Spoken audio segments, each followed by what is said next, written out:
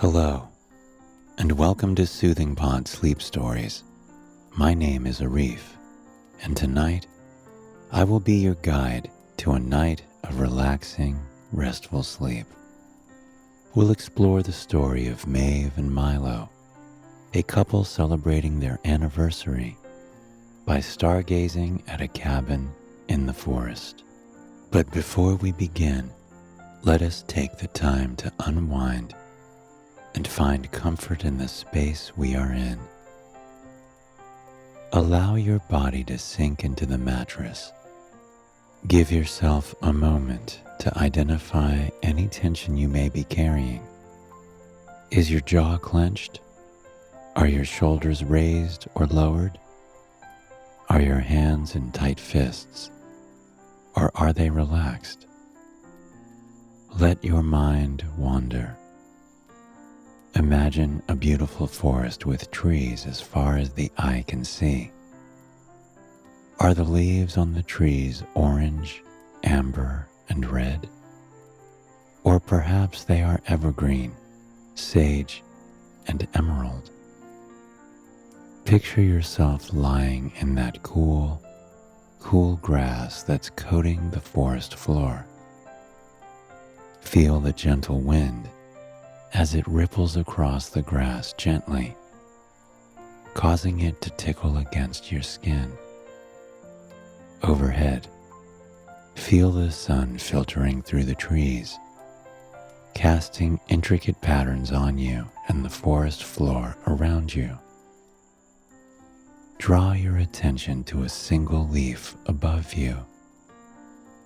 Perhaps it is the yellow, shimmering leaf of a birch tree. Maybe it is the vibrant, soothing green on an oak tree that has stood there for generations.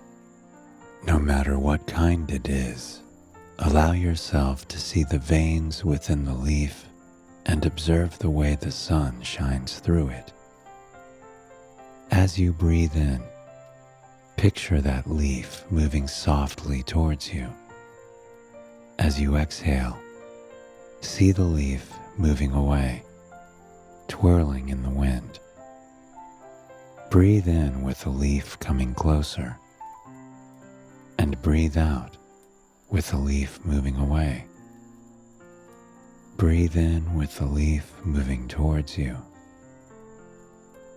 and breathe out with the leaf moving away. Now that we have taken the time to sink into the space we are in and prepare for the story, let us begin. It was autumn, and my, was it a beautiful one. Maeve and Milo found themselves staring out the moving car window in a dreamy daze, taking in the sight of the landscape coming to life all around them. The concrete jungle they had just left was long behind them now, and all the troubles and obligations that could be found there seemed to drift further away with every degree in elevation that they climbed. It was their anniversary, their first wedding anniversary, in fact, and they longed to escape the city for the weekend and experience autumn in all its glory. In their city, autumn meant a chill in the air, but not the magic of changing leaves, the fresh scent in the breeze, or the sight of mushrooms popping up out of the flourishing soil. They had decided long ago that they would return to the alpine cabin they had first met at. Years ago, when they were in college, the two had attended a party at the cabin with their friends, but neither Maeve nor Milo were the outgoing party type. While their friends went on boat rides and drank, Maeve and Milo found themselves often in each other's company, curled up by the camp. The first time Milo saw Maeve, he was taken with her. She was lounging in a hammock near the lake, dangling a few of her fingers in the cool water while her other hand held up a book. When Milo happened to look at her, he saw her smile to herself as she read a line in the novel. It was in that moment that he became smitten. It was such a simple action, nothing remarkable, nothing abnormal, but it made his heart flutter. He could see how lost she was in the world she had entered in those pages, and it made him feel deeply connected to her. When Maeve noticed Milo, she observed something similar. As she was lounging in the hammock, she glanced over at the quiet boy sitting on the edge of the dock. She saw concern cross his face as he dipped his hands down in the water, muttering something to himself. It was only then that she realized he was scooping a small butterfly out of the water.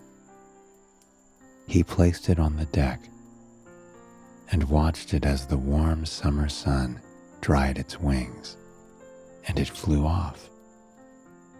That night, when they were both having trouble sleeping, Maeve found Milo lying on the dock, his feet resting just above the water. A candle flickered beside him, illuminating the dock in a warm orange glow. Maeve introduced herself and lay down beside him.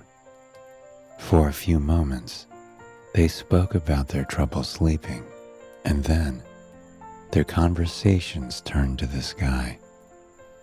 Maeve still remembered the first story he told her. Do you see that cluster of 7 stars there? Those are called the Pleiades. They were once women so beautiful and intelligent that Orion spent many years following them, trying to court them. The Pleiades refused and went to Zeus, looking to be freed from Orion.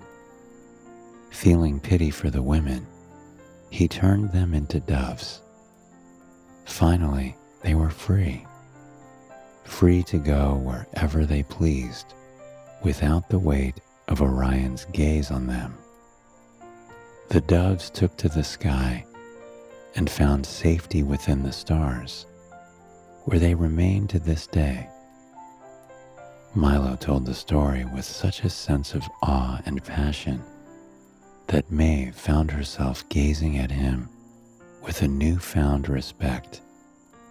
She, too, pointed to the stars, but her story was rather different.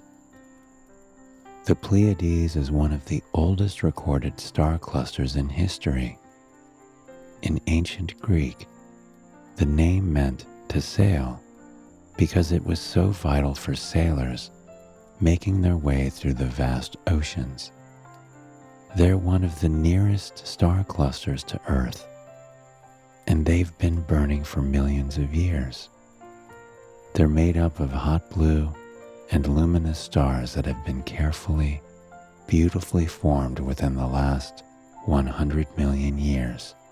While our world has changed entirely in that time, they've been growing and forming. It's hard to believe, but there are over 1,000 confirmed members of the star cluster. Milo looked at those 7 shimmering stars with completely new eyes. It was only then that they learned about each other's major. Milo studied literature, specializing in mythology and folklore, while Maeve studied astronomy. And now, several years later, the two had both earned their masters and been wed for a year. Every time they looked up at the Pleiades, they were reminded of that moment on the dock, staring up at that starry night sky, a moment that changed their lives for the better. forever. The road before them began to wind and twist as they made their way further up the mountain. Around them, the forests changed and shifted with the elevation. The oak and maple trees were replaced with birch, cedar, and pine. The lowland flowers slowly faded into soft purple lupines, which wound their way up the edges of cliffs and through narrow lines of trees. Below, they could see a forest ablaze with vibrant shades of orange, red, and yellow. It was like an impressionist painting had come to life. Around them, granite cliffs were peppered with lichen and moss. Small waterfalls trailed down the steep edges, cascading into the soil below and suspending brilliant streaks of light mid-air with every droplet. Finally, they turned onto a familiar dirt road. The crunch and consistent drone of the rocks underneath their tires was like the final song on the soundtrack of their long journey. Milo leaned against the window and closed his eyes for a moment, taking in the moment. When they arrived at the cabin, it was as if nothing had changed. It was a small, cozy building on a lot coated with trees and vibrant green grass. The old wooden dock seemed to crackle and creak with every wave, and the lake it sat on was simply breathtaking. On all edges of the lake, granite cliffs seemed to rise out of the water. It was so brilliantly clear that you could see every speckled rock underneath the surface. Maeve and Milo set their things down inside. The interior was simple, with aged wood floors, a plush couch, and a wood stove. The roof, however, was something remarkable. There was a massive skylight in the bedroom and in the living room, giving you endless views of the night sky, regardless of the weather. But Maeve and Milo had a few more hours before nightfall, and they knew exactly how they wanted to spend it. They both made their way to the hammock, which hung exactly where it had all those years ago when they met. Milo wrapped his arm around Maeve, bringing her close. They lay there in silence for quite some time, soaking in those last few hours of sunlight and enjoying the gentle soundscape of the world around them. They heard the melodic conversation of woodpeckers, blue jays, and robins as they flit from tree to tree, untethered. They heard the sound of the water splashing against the rocks, over and over and over. They heard the sound of the wind whistling as it weaved through the cedar forest, lifting up fallen leaves in its path. They heard the creak of the hammock as they swung back and forth, back and forth, back and forth. Milo read from a book about the stars, Sidereus Nuncius, by Galileo Galilei. His voice was silky smooth as he quietly read aloud. Behold, therefore, 4 stars reserved for your illustrious name, and not of the common sort, and multitude of the less notable fixed stars, but of the illustrious order of wandering stars, which, indeed, make their journeys and orbits with a marvelous speed around the star of Jupiter, the most noble of them all. with mutually different motions, like children of the same family, while meanwhile all together in mutual harmony, complete their great revolutions every 12 years about the center of the world, that is, about the sun itself. As he continued to read, his words slowed more and more. The weight of their journey had, indeed, begun to weigh down on him, with the wonderful sun kissing their skin and the soothing rock of the hammock. He found his eyes growing more and more heavy. Maeve wrapped her arms even tighter around him. She felt weightless in the hammock and the breeze. It was a kind of comfort that she would have thought impossible, a moment of perfection that made her grow more and more sleepy with every passing second. And then they both fell asleep.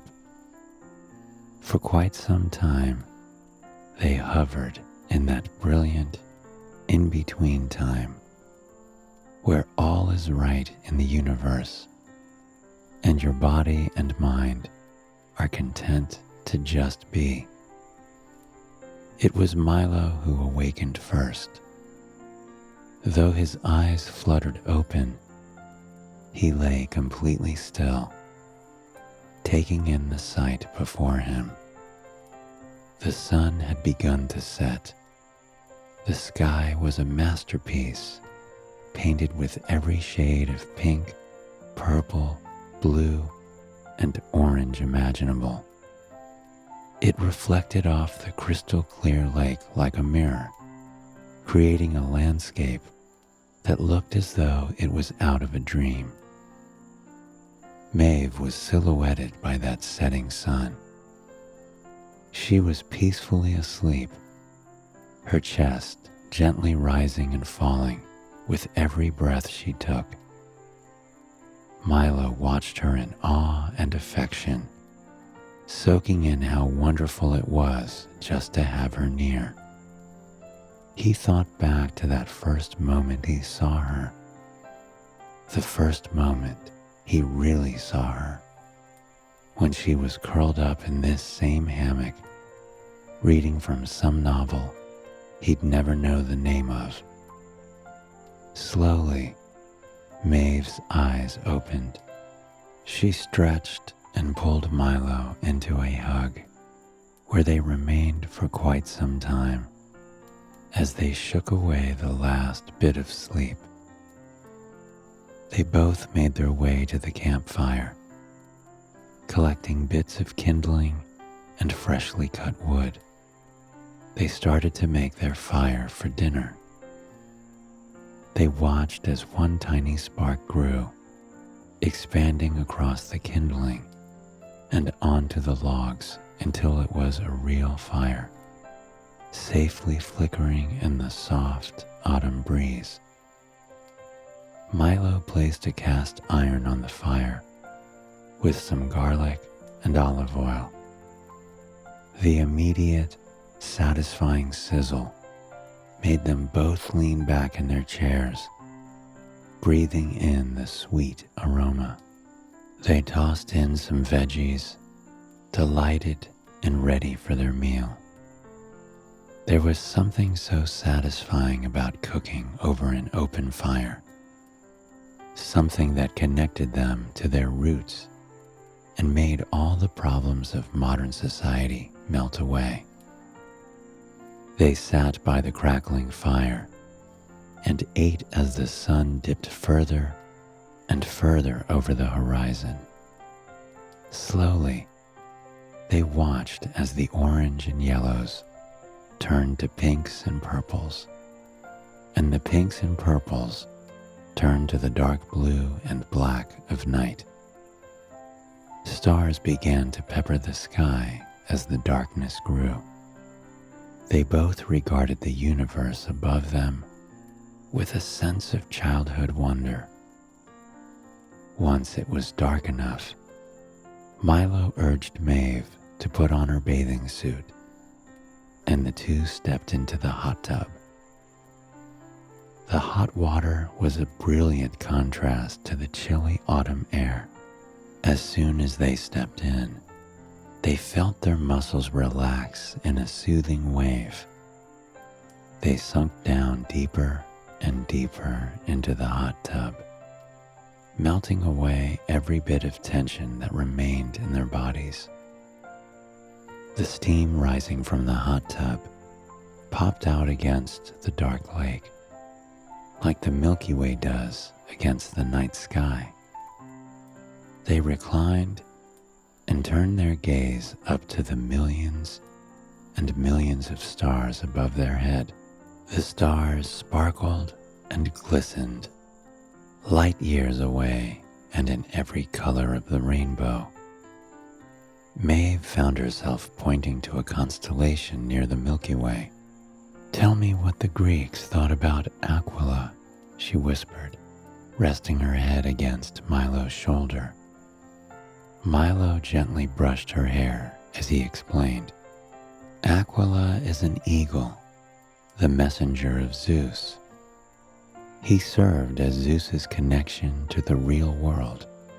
Wherever Zeus went, Aquila would swoop through the sky, carrying Zeus's thunderbolts in his talons. He brought Zeus's messages down to earth, and, on occasion, he brought people up to Zeus." "What about the Egyptians? What did they think about Aquila?" Maeve asked dreamily. The ancient Egyptians had a similar idea. They believed that Aquila was actually a falcon, the falcon of their god, Horus. Horus was seen as the god of the sky. Milo replied, then asked, "So, what is Aquila actually? How many stars are there?" Aquila is one of the oldest recognized constellations. It's one of the 48 constellations described by Ptolemy, but it was never mentioned in the 4th and 3rd century BC. It's on the celestial equator, which makes it easy to find. Maeve gently took Milo's hand in hers. She guided his finger to the brightest star in the constellation with a smile. That star is called Altair. It's the 12th brightest star in the night sky. Right now, it's found within an interstellar cloud, which is a cloud of gas and dust millions of miles away. She lowered Milo's hand, and he intertwined his fingers with hers. For quite some time, they stared at that star, at that constellation in awe. That same constellation had helped sailors, adventurers, and families find their way home for generations. It was a guide to adventure, a guiding light to safety, and a source of stories across all cultures, time periods, and walks of life. "Tell me about Aries," Maeve asked. Milo smiled and drew her closer. "Oh, Aries the ram may be one of my favorite stories. In Thessaly, there lived a legendary king named Athamas. He lived there in luxury with his 2 beautiful children, Phrixus and Helle. The children played all day in the beautiful rose gardens and by the sea. But soon, Athamas had to remarry. He married a woman named Ino, unaware of how cruel she was. Every day, she was mean to Athamas' children, until one day, Hermes, the god of travelers and the divine messenger, took pity on the children. He sent a magical ram to collect the children and whisk them away to safety. Unfortunately, only Phrixus made it to their destination after a long flight across large oceans. When he landed safely, he presented the ram's golden fleece to the king of the country. Soon after, Zeus placed the ram in the sky, honoring the sacrifice he made. Maeve traced the outline of the ram with her eyes as Milo spoke. She thought of the beauty of the story, how something told thousands of years ago could transcend time and still affect her so deeply. She asked, "What about the Egyptians?" The Egyptians saw Aries as a ram as well. It was associated with the god Amun-Ra, the god of creativity, Milo explained, then asked, "What do you know about Aries?" Aries is actually one of the dimmest of the original 48 constellations presented by Ptolemy. It only has 4 bright stars named Hamal, Mesartem, 41 Arietes, and Sheraton. But you know what my favorite thing about Aries is? It's that meteor showers rain down from Aries all the time. The daytime Arietids meteor shower happens every year from the 22nd of May to the 2nd of July. You can't view them with the naked eye, but they're still fascinating. In awe, Milo muttered, "There are so many beautiful things happening out there all the time." They sat in the hot tub for hours, going over the constellations, talking about the past and the future and the present. Finally, the time came to retreat inside, where they could find refuge from the ever-growing wind. Milo got the wood stove going as Maeve stared up at the stars through the skylight, soaking in the view. The cold cabin slowly began to warm as the heat from the stove radiated through the room. Milo curled up beside Maeve on the couch, handing her a cup of homemade hot cocoa. He saw a wistfulness in Maeve's eyes, a strong emotion he had only observed a handful of times. "What are you thinking about, honey?" he asked, running his hand through her hair softly and affectionately. "I was just thinking about how all our ancestors stared at these same stars. They went to bed at night, looking at them, wondering what was out there, just like us. They sat by fires and held their young ones close and told stories. For thousands of years, we've all shared this beautiful experience. We've all had this in common, shaping who we are." Maeve's words hung in the air. The truth in them filled the current moment with a new kind of importance, a new kind of sweetness they had never felt before. Slowly, Maeve continued, "And our children, and our grandchildren, and our great-grandchildren will do the same thing. No matter where they are in the world, no matter what technology exists, there will come a time when they stare up at these stars and soak them in, just like we are now.